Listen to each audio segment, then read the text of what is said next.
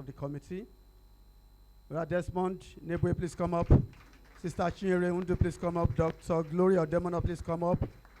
And then my learned colleague, Sister Pelumi, please come up. So I'll hand over the mic to Brother Desmond, who will coordinate this presentation. We just have 10 minutes, please. Good morning, church. Good morning, church. Good morning, Pastor. Thank you all for the opportunity to be here.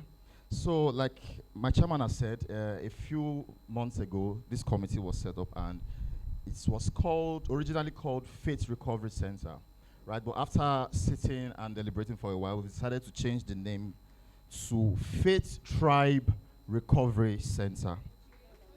The reason for this is because we did a little bit of research, and we realized that the name Faith Recovery Center has already been used by other organizations. So today I'll be presenting to you Faith Trybe Recovery Center. All right. So about the brand, the initiative, I'll tell you a little story. We are thinking of somebody whose name is Ade. Ade just lost his job. Ade is depressed. Ade comes to church and Ade cannot focus anymore. Ade finds it difficult to pray. Shade is a worker in church, but she's been in a relationship for a few months, and one day the brother walks up to Shade and said he's no longer interested. Shade is now heartbroken. She has been served. She has been served.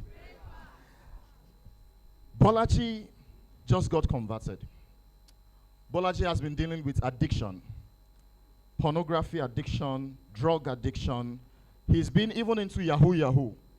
But then, Bolaji has become converted. Now, Bolaji does not have any work to do. How can these three set of people get reintegrated back into society and become a better part of the community? So this initiative has been set up to support the mental health of young adults.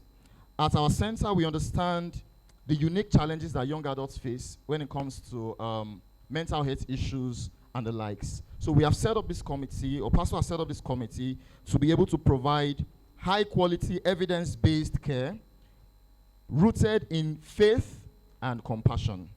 Our goal is to help young adults prevent, care for, recover, and get reintegrated back into society. Our goal, I repeat again, is to help young adults prevent, care for, receive care for, recover from mental health issue, and get reintegrated back into society. So I've given you the problem statements. As of 2022, suicide was the fourth leading accidents or incidences to happen in the world, right? According to some reports that we had to go through while we were doing our meetings. Over 60% of employees in Nigeria have experienced burnouts, right? Other mental health disorders and substance abuse, addiction, gambling addiction, and so on, including our famous breakfast, has been one of the leading cases that we realize to happen, amongst us, especially as children of God. So the question now is, what are we going to do as a center, right? What are we planning? What plans do we have for these kind of cases and to be able to help solve this kind of problem? Not only solving, remember our goal is to also help prevent this kind of problem from happening. So I'm going to hand over to my colleague to take that. Good morning, church. Thank you so much, Brother Desmond. So, like we said, our care plan is divided into 4 major parts, and I would want us to just go through them real quick. So when we say what we have to offer, we do not just offer the care that we have planned. We offer large variety of partnership with several institutions for different aspects of this care. Some of the partnership has already been secured, while some are in progress, and more will still be secured as we go on. But I want you to realize that the main reason why we're doing this is you. So we have put a form on the group chat for you. It's an anonymous form for you to just fill to help us know the kind of situations that most people are dealing with, so we can plan our care accordingly.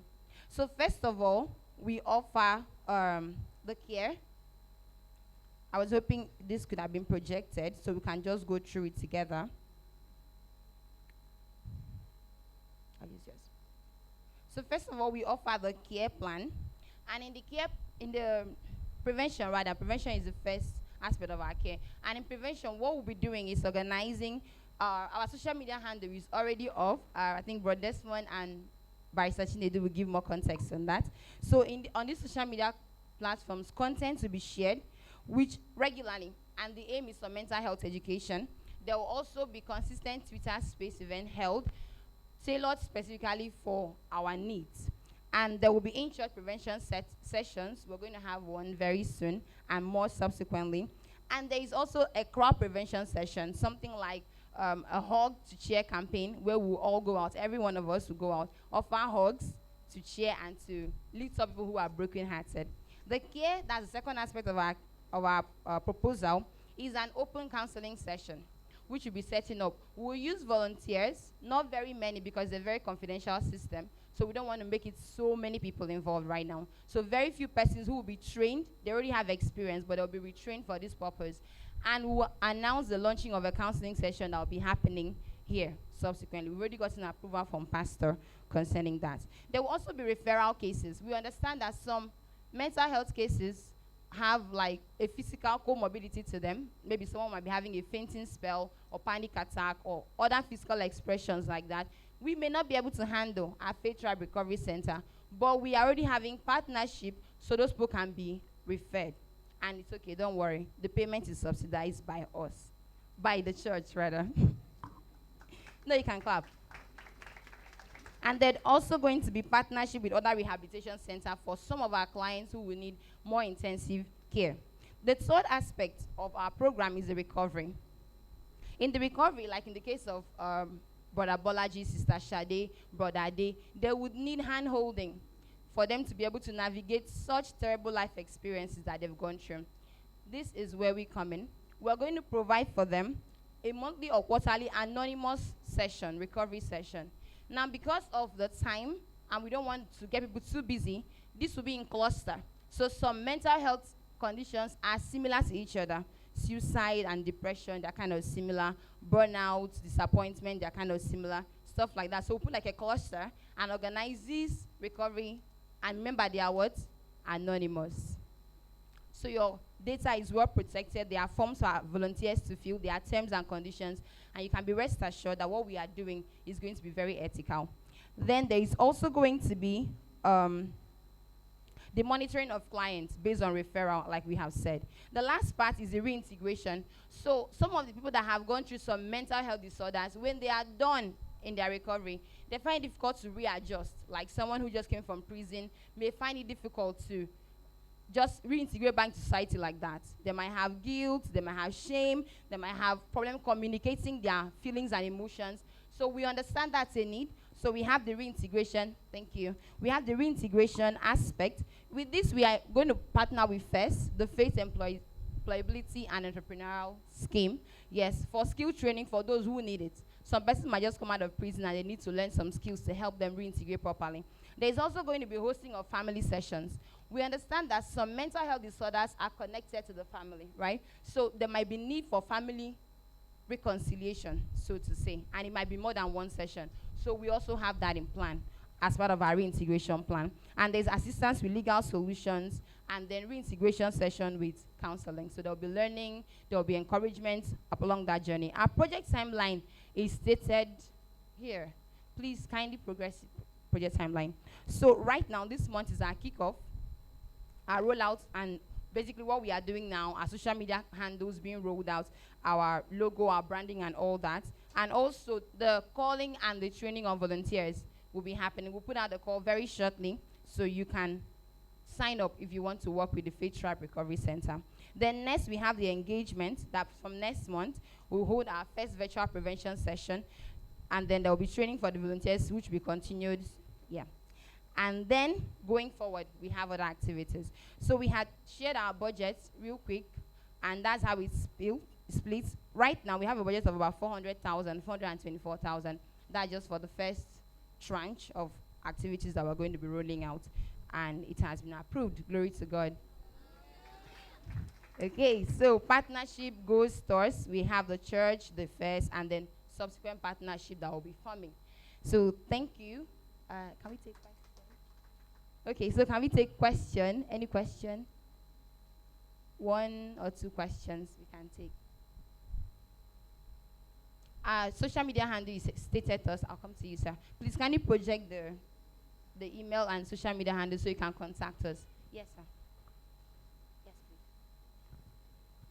please. Yeah, okay, so I think when it was announced the first time, because I discussed with two or more persons and we had the impression that it will be more of reintegration into the society. That is, some persons that, well, let me say maybe they were once imprisoned. So, but now, because I know I discussed with two persons after that initiative was introduced, and we're trying to find out if it's for everybody else, like just normal people that are still, not incarcerated before. So, but I just wanted to state it very clearly whether it's for people's recovery into the society or is for every other average man. Of course. So you cannot just say, I've been on leave for 1 month, please, I want reintegration society. No, it doesn't apply. So definitely there will be assessment for each of the clients to understand what stage of care that they are in and what they require. So it will be tailored towards that. So yes, to answer your question, the answer is yes. Yes, please. That will be the last question. Okay. Yes, please. I would like to know the confidentiality rate of the project. Okay, so All right. So it's going to be very confidential. In fact, as we speak, the volunteers' document has been prepared. That's going to be signed by every volunteer. So you are going to be signing NDAs. So everything is going to be very confidential, right? And then we are going to, like I said, we are going to be very professional and very ethical with whatever it is we are going to do, because we understand that even some of the cases might need legal action, and that we don't want your information or people's information flying here and there. So it's going to be very, very confidential. Thank you.